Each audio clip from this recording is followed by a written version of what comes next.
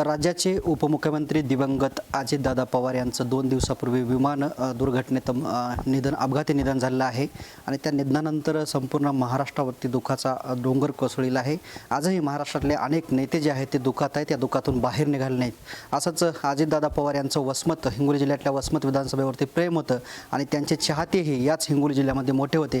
खरं तर मागच्या 2 दिवसापासून या वसमत विधानसभेचे आमदार चंद्रकांत उर्फ राजूभाई नवघरे काल बारामतीहून आले आणि अजूनही घराच्या बाहेर पडले. त्यांच्या मूळ गावी बाभुळगाव या गावामध्येच आहेत. आजही दादाच्या आठवणी त्यांच्या काळजामध्ये आहेत. आपल्यासोबत ह्यावर बोलण्यासाठी राजूभाई नवघरे आहेत. खरं तर भाई आजही तुम्ही दुःखातून बाहेर निघाला नाहीत.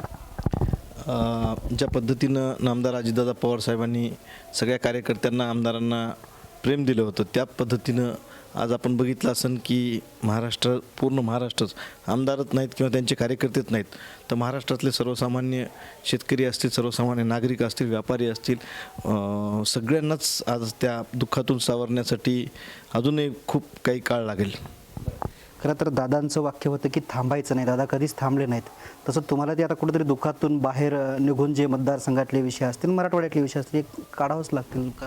निश्चित नामदार अजित पवार साहेब जरी आज आपल्यासोबत नसतील तरीसुद्धा त्यांचे विचार आपल्यासोबत आहेत. त्यांनी कामाला महत्त्व दिलेले आहेत आणि कामाचा माणूस म्हणून त्यांनी स्वतःच्या बाबतीमध्ये तसं नाव कमवण्याचं काम केलेलं आहे. निश्चित आम्ही राष्ट्रवादी सगळे पदाधिकारी असतील, कार्यकर्ते असतील, आमदार असतील, हे या दुःखातूनही सावरून अजूनही जनसेवेच्या जनहितात निर्णय घेण्यासाठी आम्ही निश्चित आता बाहेर पडतो. खरं तर भैया, तुम्ही आत्ताच नुकतीच आपली वसमत नगर परिषद असेल, तुमच्या जे जिल्ह्यातल्या तिन्ही नगरसेवती तुम्ही इथं या ठिकाणी हे केलेलं आहे आणि त्यानंतर दादाची भेट घेतली होती. भेटीमध्ये दादांचा दौरा ठरला होता फेब्रुवारीमध्ये. नेमकं ते काय किस्सा होता? अजितदादा पवार साहेब फेब्रुवारी महिन्यामध्ये हिंगोली जिल्ह्याच्या दौऱ्यावर येणार होते. पक्ष संघटनेच्या बाबतीमध्ये असतील, नवीन विकास कामांचे उद्घाटन असतील, जिल्हा परिषद पंचायत समितीच्या निवडणुकीच्या अनुषंगानं असतील, अशा वेगवेगळ्या कारणाच्या माध्यमातून ते इथे येऊन जो शेतकरी मेळावा आम्ही घेणार होतो त्या मेळाव्याला उपस्थित राहणार होते. पण आता वेळ असे आले की त्यांना काळानं आमच्या सगळ्यांपासून हिरावून नेण्याचं काम केलं आहे. दादाची एक आठवण काय नेमकी महत्त्वाची तुमच्या काळात आजही ती आठवण हे होती, पुनर्जीवित होती?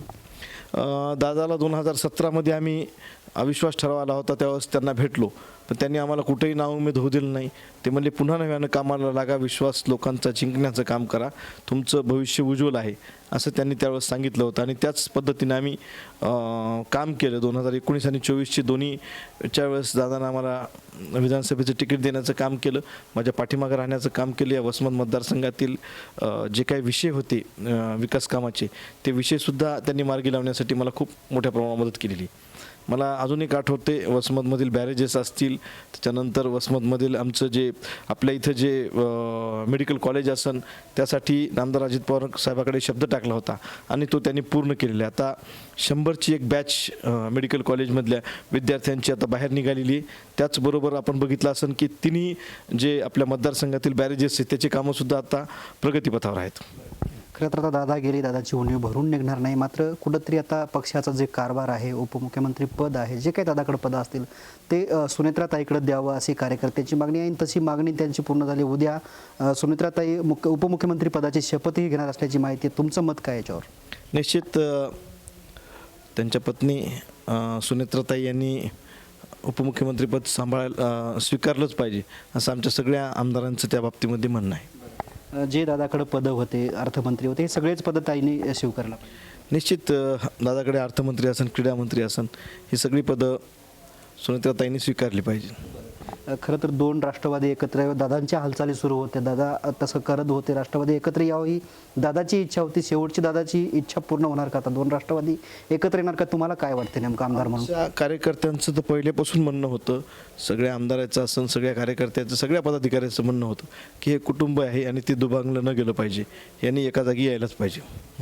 खरं तर दादांचा पूर्वीच आत्ताच 25 तारखेला जे आहे ते हिंददी चादर निर्माण मराठवाड्यातला दौरा झाला होता आणि खरं तर तो मराठवाड्यातला शेवटचा दौरा झाला असं म्हणता येईल आपल्याला.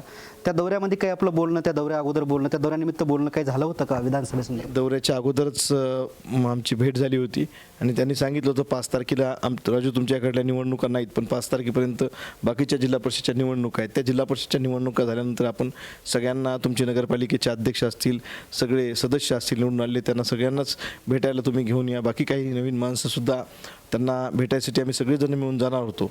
पण आता वेळच एवढी खराब आली की त्या बाबतीमध्ये काही बोलता येणार नाही आपल्याला. आता एक शेवटचं, तुम्ही तर दुःखामध्ये आहेतच, दुःखातून बाहेर निघणे, मात्र राष्ट्रवादीचे कार्यकर्ते असतील किंवा मग अजितदादावर प्रेम करणारे असतील कार्यकर्ते अजूनही दुःखात आहेत, त्यांना काय संदेश देणार आपण?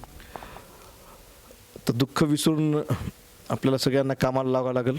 जे नामदार अजित पवार साहेबांनी महाराष्ट्र घडविण्यासाठी मागच्या 40 वर्षामध्ये सातत्यानं काम केले, सकाळी 6 ते रात्री 11पर्यंत काम करणारा हा नेता, आपण सुद्धा राष्ट्रवादीचे कार्यकर्ते म्हणून त्यांचा विचार जपण्याचं काम पुढच्या काळामध्ये आम्ही करणार आहोत. निश्चितच हे होते वसमत विधानसभेचे आमदार चंद्रकांत उर्फ राजूभाई नवघरे. खरं तर त्यांनी 2017 असतील ते किंवा त्या अगोदरच्या आणि त्यानंतरच्या आठवणी ज्या आहेत त्याच्या काळामध्ये आज आहेत, आणि त्या आठवणी त्यांनी ज्या आहेत ते TV9शी बोलताना शेअर केले आहे. खरं तर दुसरीकडे दुसरा मुद्दा आहे ते सुनेत्रा यांनी उपमुख्यमंत्री पद स्वीकारावं. जे दादांकडे पदं होती ते पदं सगळे ताईंकडे स्वीकारावे आणि ते व्यवस्थितरित्या सांभाळतील असंही मत जे आहे ते व्यक्त राजूभाई नवघरे यांनी व्यक्त केलेलं आहे. कॅमेरामन ज्ञानेश्वर वानखेडेसह मी रमेश चेंडके, TV9 मराठी, बाभुळगाव, वसमत, हिंगोली.